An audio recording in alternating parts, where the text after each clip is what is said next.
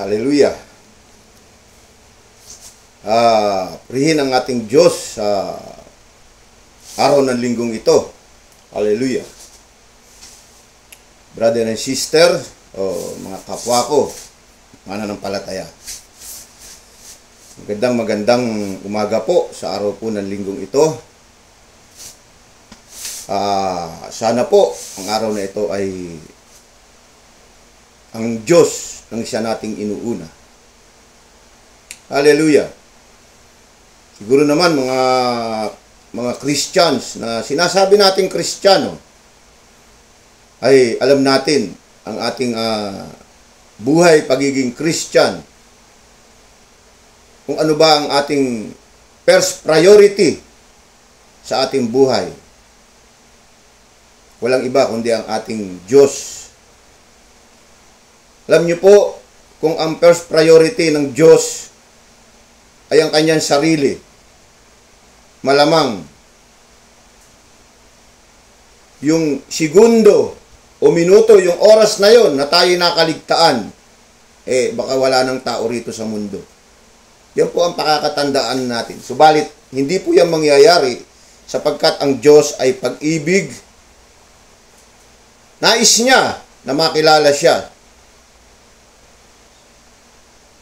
Sa ganong pagtitiis niya, paghihintay niya sa mga taong nilalang niya rito sa mundong ito.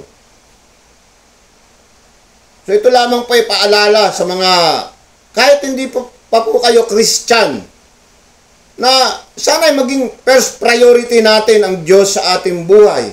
So pagkatapos dito, pwede naman natin gawin yung mga gusto nating gawin na naiwan natin. Hallelujah.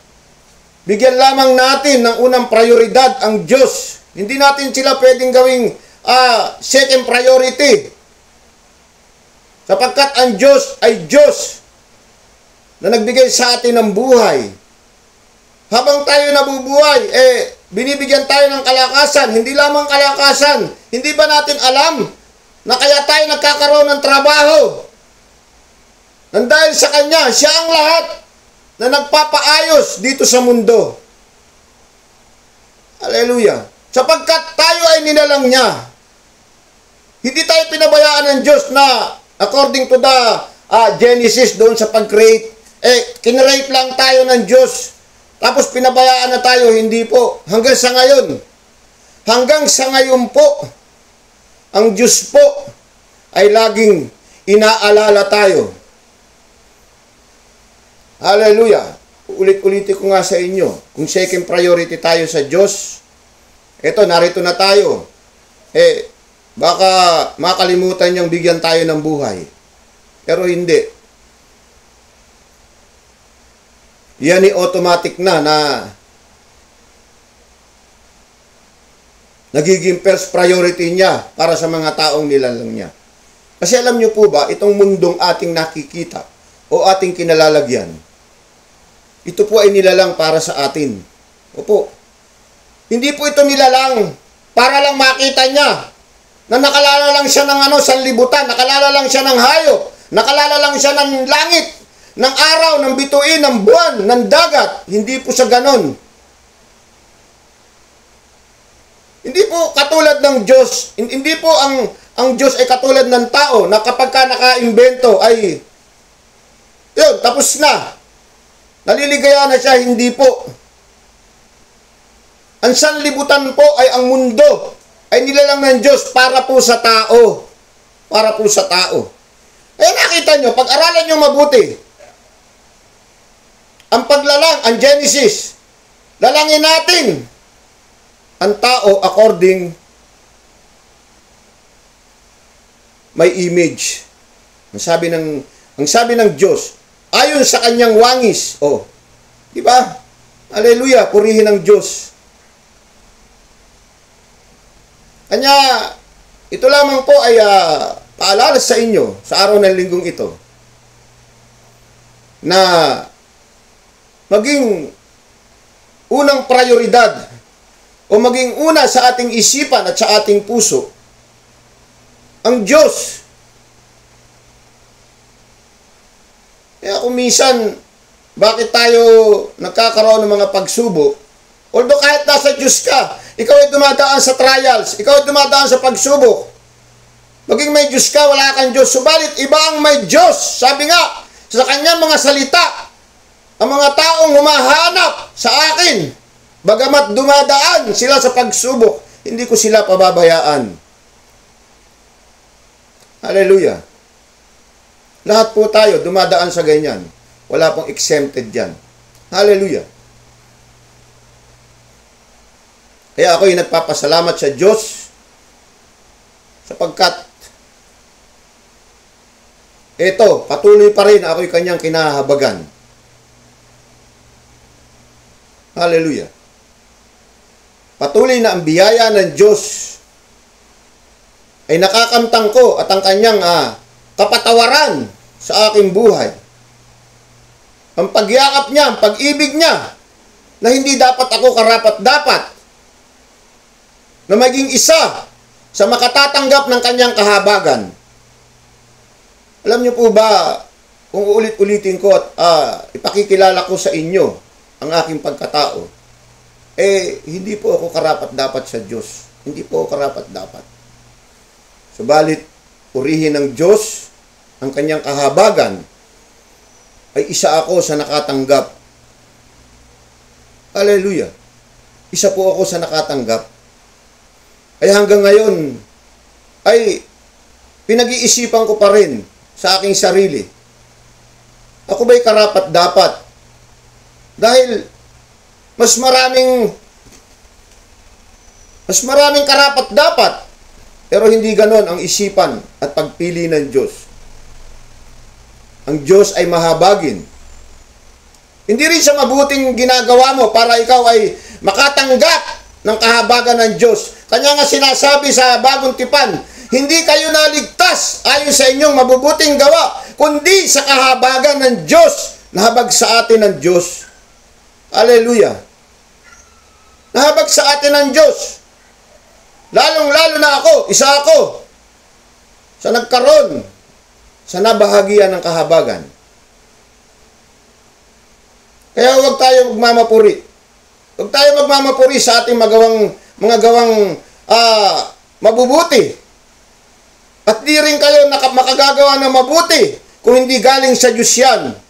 Hallelujah. Katandaan nyo, huwag tayo magmayabang. Panatilihin natin na tayo ay handang tumanggap o magpakababa sapagkat yan ang nais ng Diyos. Ang nagpapakababa ay kanyang itinataas at ang nagpapakamarunong at nagmamataas ay kanyang ibinababa. Pakatandaan natin na si Lucifer na kanyang anghel na minamahal, ano ang nangyari? Nagmataas at siya'y binagsak rito sa lupa.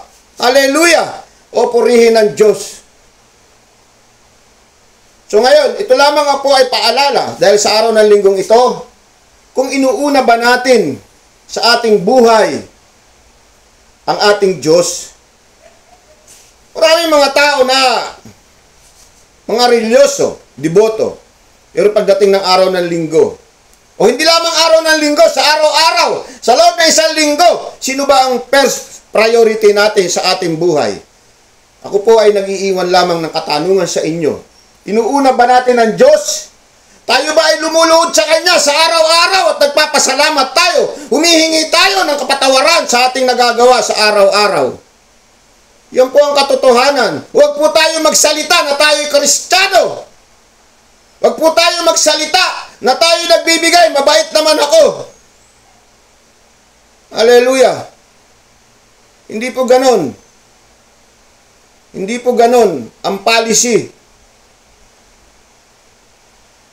o ang kalooban ng Diyos para ikaw ay makilala bilang isang Kristiyano. Hallelujah. Paano kung ang mahihirap, hindi nakapagbibigay, hindi kawawa ang mahihirap? Kaya nga, ang Diyos ay Diyos. Siya may tunay na katotohanan, siya may tunay na katuwiran. Ang lahat ng katotohanan at katuwiran ay nasa Kanya. Tayong mga tao, baluktot ang ating mga pangatuwiran. Ang katotohanan natin ay para lamang sa ating sarili. Na para lamang tayo paniwalaan. Subalit ang katotohanan natin na sinasabi, ang kabaliktaran nito ay kasinungalingan. para lamang tayo maitaas. Yan po ang hinahangad ng tao. Para lamang siya maitaas. May tao ba na nagsabi ng katotohanan para sa ibang tao? Wala po. Para lamang siya maitaas at makilala siya na siya ay marunong at alam niya ang katotohanan. So ngayon po, ang aking ibabahagi po sa inyo. Ito nga po ay binigay sa akin ng pangitain. Sinabi sa akin ng Santong Banal na Espiritu dito po sa libro ni Mateo. Alam niyo po itong 4 na libro dito sa Bagong Tipan. Ito pong Mateo, Lucas, Marcos, Juan, ito po yung buhay ng ating Panginoong Kristo na narito pa siya sa lupa. Kaya napakasarap po nitong basahin. Opo, marami ka pong matututunan dito sa buhay ng ating Panginoong Kristo. Opo, marami po. Although lahat po yan kabanalan. Pag narito sa Biblia, kabanalan lahat yan. Pero iba itong librong 4 na ito. Ito po ay buhay ng ating Panginoong Kristo na sinulat nitong 4 na to, na si Mateo, si Lucas, si Marcos, si Juan. Sila po ang nagkwento kung ano nangyari sa buhay ng ating Panginoong Kristo na narito pa sila sa lupa. Nakasama nila to. Hindi po ito yung kwento na wala na ang ating Panginoong Hesus. Hindi, nakasama nila ito na mukhaan. Nakasama nila ng kainan, nakakausap nila ang Panginoong Kristo ng mga panahon na yon. Hallelujah! Ang sabi po rito ng ating Panginoong Kristo, dito po sa Kapitulo 23 at talatang 1 hanggang 12, pagkatapos ay sinabi ni Jesus sa mga tao at sa kanyang mga alagad, ang mga iskriba at ang mga paraseyo ang kinikilalang tagapagpaliwanag ng kautusan ni Moses. Kaya't gawin ninyo ang itinuturo nila at sundin ang kanilang inuutos. Ngunit huwag niyong tularan ang kanilang mga gawa. Ang kanilang gawa, sapagkat hindi nila isinasagawa ang kanilang ipinangangaral. Nagbibigkis sila ng mabibigat na dalahin, ipinapapasan sa mga tao. Ngunit ni daliri ay ayaw nilang igalaw upang tumulong sa pagdadala ng mga iyon. Pawang pakitang tao ang kanilang ginagawa. Nilalaparan nila ang kanilang mga pilakterya at hinahaba ng palawit ng laylayan ng kanilang mga damit. Ang ibig nila ay ang mga upuang pandangal sa mga piging at ang mga tanging luklukan sa mga sinagoga. Ang ibig nila ay pagpugayan sila sa mga liwasang bayan at tawaging guro. Ngunit kayo, huwag kayong patatawag ng mga guro sapagkat iisa ang inyong guro. At kayong lahat ay magkakapatid at huwag niyong tawaging ama ang sino mang tao sa lupa sapagkat iisa ang inyong ama, ang amang nasa langit. Huwag kayong patawag ng tagapagturo sapagkat iisa ang inyong tagapagturo. Ang Mesiyas, ang pinakadakila sa inyo ay dapat maging lingkod ninyo.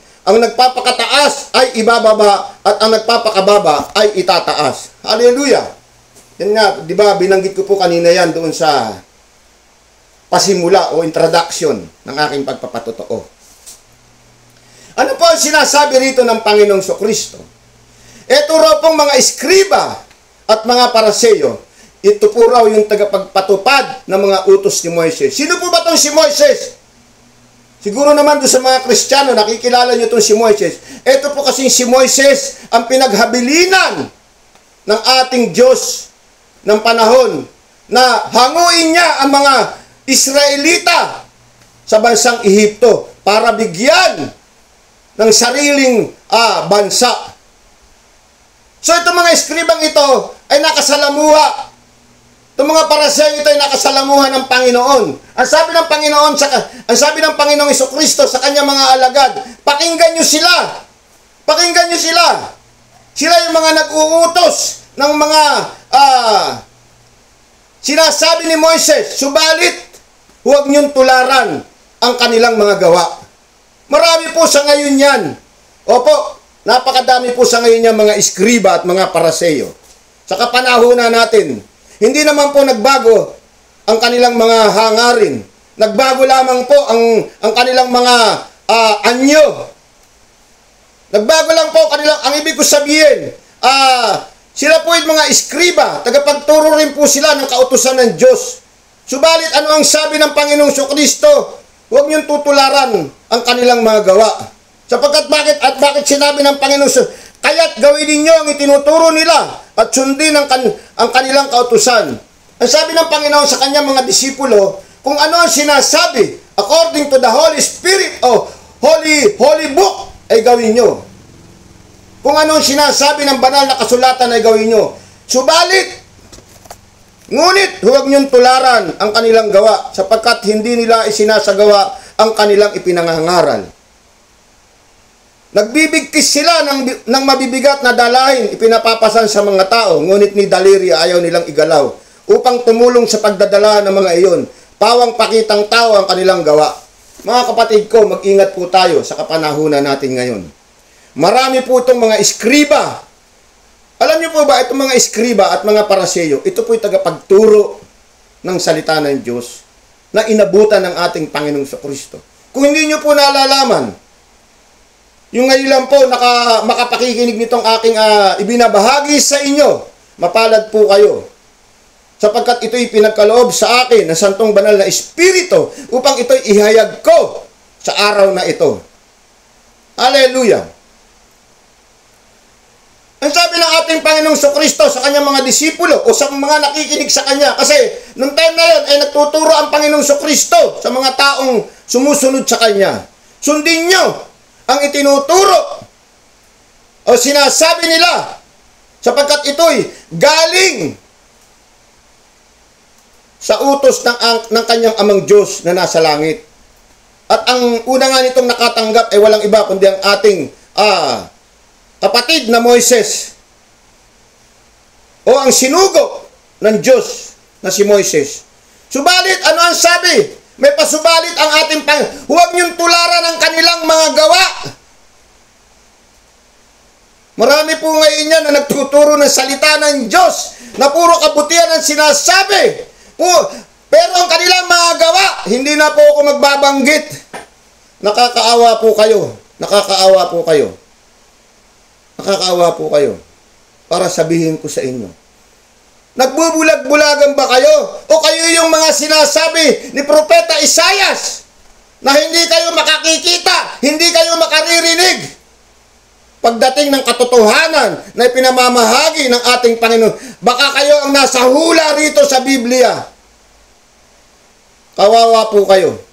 Baka ang inaakala nyo na nakamit nyo na ang pangako ng Diyos. Subalit, ang kinalalagyan nyo sa panahong ito, mga kapatid ko, ay natutulad dito sa sinasabi ng ating Panginoong Kristo.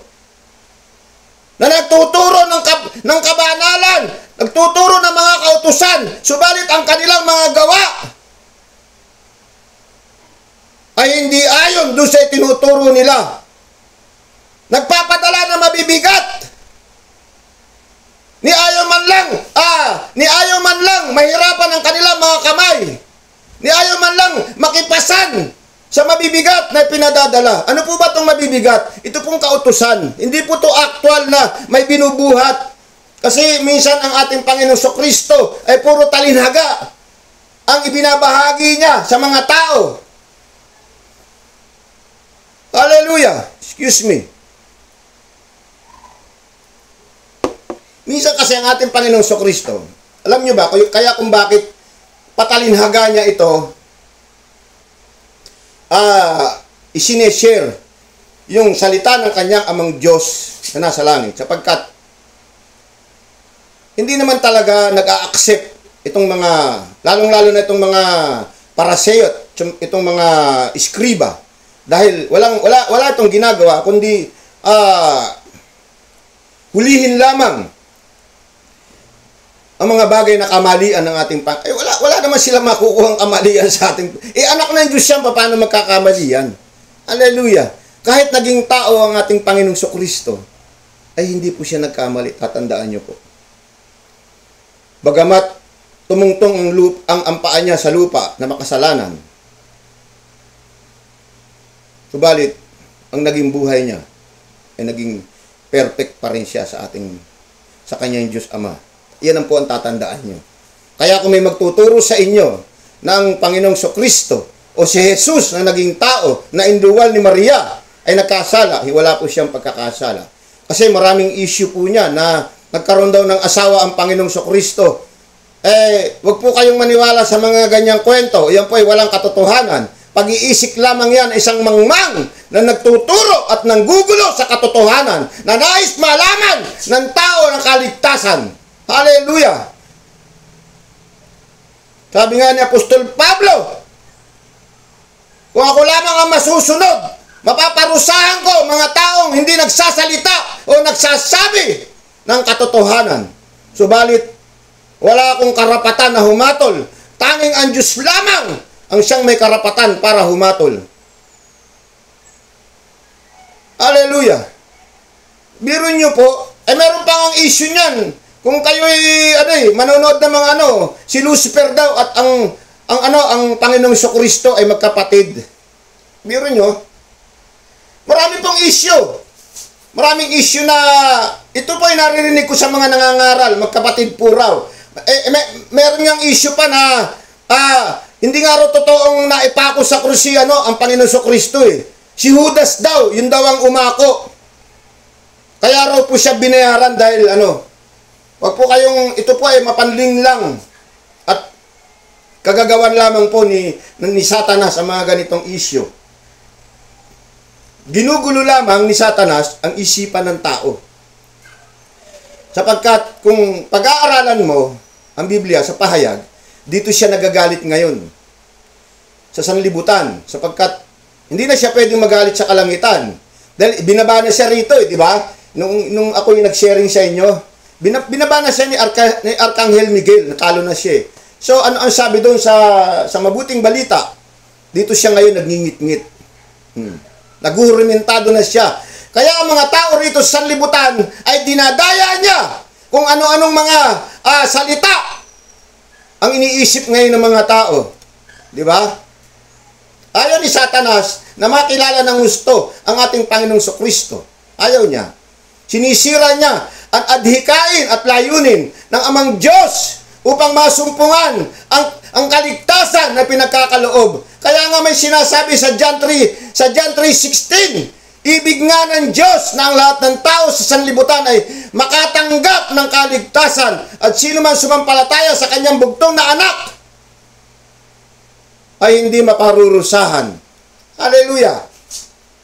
Kaya nga ito, ano ang sabi ng ating Panginoong Kristo? Huwag niyong tularan ng mga gawa ng mga iskribang ito. Sapagkat nagpapapasan sila na mabibigat. Ano ba itong mga pinapapasan na? Ito yung mga alituntunin na tungkol sa kabanalan na ipinagbabawal ng panahon ni Moises. Dala-dala po ito ng mga iskriba. Hallelujah! Subalit, ano ang sabi ng Panginoon? Ni daliri ayaw nilang igalaw upang tumulong sa pagdala ng mga iyon. Ni daliri man lang ayaw nilang igalaw. So, ayaw nilang tumulong. Ipinatutupad lamang sa mga tao ang mga kautusan. Subalit ang nagtuturo, alam niyo po ba, ang tagapagturo ay dapat siyang unang nagiging pattern. Kaya nga una ang ating Panginoong Kristo, kaya nga tayo Kristiyano, dahil siya ang pattern natin. Ganun po ang tagapagturo. Kasi kung hindi magiging pattern tayo, paano susundin ng ating tinuturuan? Ang ibig na magawa ng nakikinig sa atin. Tayo ang pattern. Kaya kung sinasabi sa Biblia na tayo magpakabuti tayo. Kung meron tayong ipapapasan, tutulungan natin silang pasanin yan. Upang makita ng mga pumapasan, maging tayo na nagtuturo ay ginagawa natin. Hallelujah! Yan po ang katotohanan na dapat malaman natin. Kayo mga pastor, maraming mga pastor na ganyan ngayon. Turo ng turo. Akala mo mabubuti silang tao. Kaya kagagaling magsalita. May pa-English pa. Subalit ang kanilang mga buhay ay makikita nyo po. Ano ang kanilang mga buhay? Mga buhay hayahay. Hallelujah! Nagagalit ako sa espiritu na hindi galing sa Diyos. Galing kay Satanas na espiritu. Niloloko nyo ang maraming kaluluwa. Niloloko nyo ang maraming kaluluwa. Kawawa naman kayo, mga tao, na nariyan pa rin hanggang ngayon. Uulit-ulitin ko po sa inyo, ang Diyos ay mabuti. Ang Diyos ay nag-aantay. Binigyan niya kayo ng pag-iisip ng tama at mali. Natutulad lamang kayo sa ginawa ni Eva na pinagbawalan na huwag kainin. Subalit, kinain nyo pa rin ang ipinagbabawal ng Diyos. Meron na kayong knowledge ng mabuti't masama. Hallelujah. Nariyan ang Diyos, nariyan ang Panginoon sa Kristo. Nag-aantay lamang sa inyo kung kailan kayo magdi-decide. Hallelujah. Bagamat mahirap ang mabuhay sa sanlibutan, maging ang Panginoon, sinasabi niya, napakahirap makasumpong ng katotohanan o kaligtasan ng mundong ito sapagkat punong-puno ng kasalanan at pinaghaharian ang sanlibutan ng kasalanan. Subalit, sinasabi lamang yun ng Panginoon upang makilala nyo kung nasaan ang katotohanan. Sinasabi lamang ng Panginoon yun dahil upang magising kayo. Ipinapaalala niya kung merong mga pagkakasala, merong naghihintay na kapatawaran, may naghihintay na kaligtasan para sa naghahanap ng katotohanan. Hallelujah! Huwag po tayo magbulag-bulagan. Mga pastor, ituro niyo po ang tama. Kayo yung nasusulat dito na nais nyo na kayo ay hangaan, na kayo ay palakpakan, na kayo ay umupo sa upuan at hangaan ng mga taong nakikinig sa inyo. Subalit, ang katotohanan ay hindi nila nakukuha sa inyo sapagkat kayo mismo na nagtuturo ay hindi gumagawa ng katotohanan. Hindi ako magmamapuri sa sarili ko. Alam ng Diyos ang puso ko at isipan ko. Nais kong maging matuwid sa harapan ng Diyos. Yan ang dinadalangin ko lagi sa harapan ng Diyos. Panginoon, tulungan mo ko na maging matuwid sa inyong harapan. Hallelujah.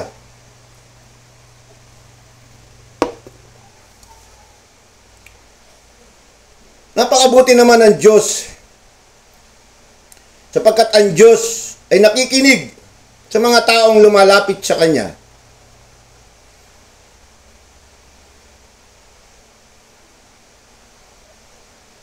Hindi nagtatakwil ang Diyos. Maging mahirap ka man, maging mayaman ka man, maging may pinag-aralan ka man, maging mangmang ka man. Basta't handa ka nang lumapit sa Diyos. Handa na ang iyong puso ipabago sa Kanya. Ano ang sabi sa Kanyang mga sinabi sa Kanyang mga disipulo? Sino mang humahanap ay masusumpungan ako. Sino mang kumakatok ay pagbubuksan ko. Hallelujah. Purihin ng Diyos sapagkat lagi siyang ready. Nasabi ko nga sa inyo, automatic ang Diyos. First priority lagi tayo. Iniwan niya ang pinto. Kung sino mang kakatok dyan, bubukas yan. Iniwan niya ang pinto ng paghahanap. Ang sino mang naghahanap, automatic yan, makasusumpong ka. Hallelujah! Kahuli-hulihan po, ito po ang sinabi. Huwag po kayong patawag ng mga guro. Kaya ako, ayokong tatawagin na guro. Minsan, may mga lugar, tatawag pastor. Hindi po. Ako po ay isa lamang sa kamanggagawa ng Diyos na nagpapahayag. Huwag rin kayong patatawag na ama, sapagkat ano sabi, kaya maraming mga nagpapatawag na ama rito eh. Isa lamang ang ama ang Diyos. Oh. Huwag po tayong patawag na ama. Oh. Iyan po ay literal na sinasabi ng Biblia. Kaya nga pagka kayo nananalangin, Ama kong Diyos, di ba? May sinabi bang Diyos, Ama kong Diyos? Di ba? Kaya huwag kayong patatawag na ama, iisa lamang ang ama. Tinuturoan po tayo ng tamang pananampalataya at pagiging Kristiyano natin. Tinuturoan tayo ng banal na kasulatan. Ang sabi nga rito, huwag din kayong magpapatawag na tagapagturo. Isa lang ang ating tagapagturo, walang iba kundi ang ating Panginoong Kristo. Tatandaan nyo po, huwag kayong tatawag na tagapagturo. Hindi po ako tagapagturo. Ako nga po ay kamanggagawa. Ako po ay alipin ng ating Panginoong Kristo. Nang dahil sa kanyang mabuting balita, kaya ako naghahayag ng ganito. Hindi po ako tagapagturo. Hindi po ako guro. Hindi ako guro. Ako po ay alipin. Ako po ay naglilingkod sa Diyos. Hindi sa inyong mga tao. Sa Diyos ako naglilingkod bilang isang alipin. At ano pa ang sabi ng Diyos dito sa kanyang alagad na si Mateo? Ang nagpapakataas ay binababa at ang nagpapakababa ay tinataas. Yun po yung kahuli-huli ang salita na sinabi ng ating Panginoon Kristo. Ang nagpapakababa ay tinataas ng Diyos at ang nagpapakataas ay binababa ng Diyos. Ang mga taong marunong umunawa, mga taong tagapamayapa, na hindi sumusuong sa kaguluhan, ito po ay pinagpapala ng Diyos. Ang mga taong ang paa ay mabilis sa paggawa ng kaguluhan, mabilis ang bibig sa paggawa ng kasinungalingan, malayo po ang Diyos. Siya po ay naghahanap ng kapahamakan. Ito po ay masusumpungan natin sa Lumang Tipan. Basahin niyo po yung aklat ng Kawikaan. Marami kayong matututunan dyan sa Kawikaan. Yung mga sinabi ni Haring Solomon na ipinagkaloob ng Diyos sa kanila. Maraming salamat po sa araw ng linggong ito. Nawa ay masumpungan nyo ang kapayapaan ng ating Diyos sa araw ng linggong ito at mabiyayaan kayo panuman ang inyong mga pangangailangan. Sa mga makapakikinig po nito, tandaan nyo po, itong aking ibinahagi sa inyo, ito po ay isang pangitain doon sa mga nagtuturo upang kayo ay malaman nyo kung ang mga nagtuturong ito ba ay pinamumuhay nila. Kung nagtuturo sila, pakinggan nyo po sila. Huwag nyo po silang bastusin. Kung naaayos sa Biblia, gawin nyo. Subalit, huwag nyo, ang sabi ng ating Panginoong Kristo, huwag nyo tutularan ang kanilang mga gawa. Maraming salamat po. Ako rin po ay nagbibigay ng Bible study o sa inyong simbahan upang lumakas ang inyong pananampalataya at magkaroon kayo ng banal na espiritu na pinagkakaloob din sa akin ng Panginoong Kristo. Hallelujah! Na lumapit din tayo sa Diyos. Ang mga merong sakit dyan, ito po ay regalo ng Diyos. Kumbaga ito ay bonus sa mga taong tumatanggap sa ating Panginoong Kristo. Magkakaroon po kayo ng kagalingan. Hallelujah! Kaya hindi kayo gumagaling, wala kayong pananampalataya sa Diyos. Ang nais nyo lamang ay gumaling kayo. O ang mga tahanan ay walang kapayapaan, ang Panginoong Diyos din ang nagbibigay ng kapayapaan sa isang tahanan. Hindi po ang kapayapaan ang gagaling sa maraming pera. Hindi po ang kapayapaan ang gagaling sa maraming pagkain. Marami kang sasakyan. Hindi po. Iba po ang kapayapaan. Ang kapayapaan ay galing po sa kalangitan sa ating Diyos amang nasa langit. Maraming salamat po muli. Ito po si Kuya Dolpho nyo. Ang alipin ng Diyos at tagapaglingkod niya sa kanyang salita. Maraming salamat po.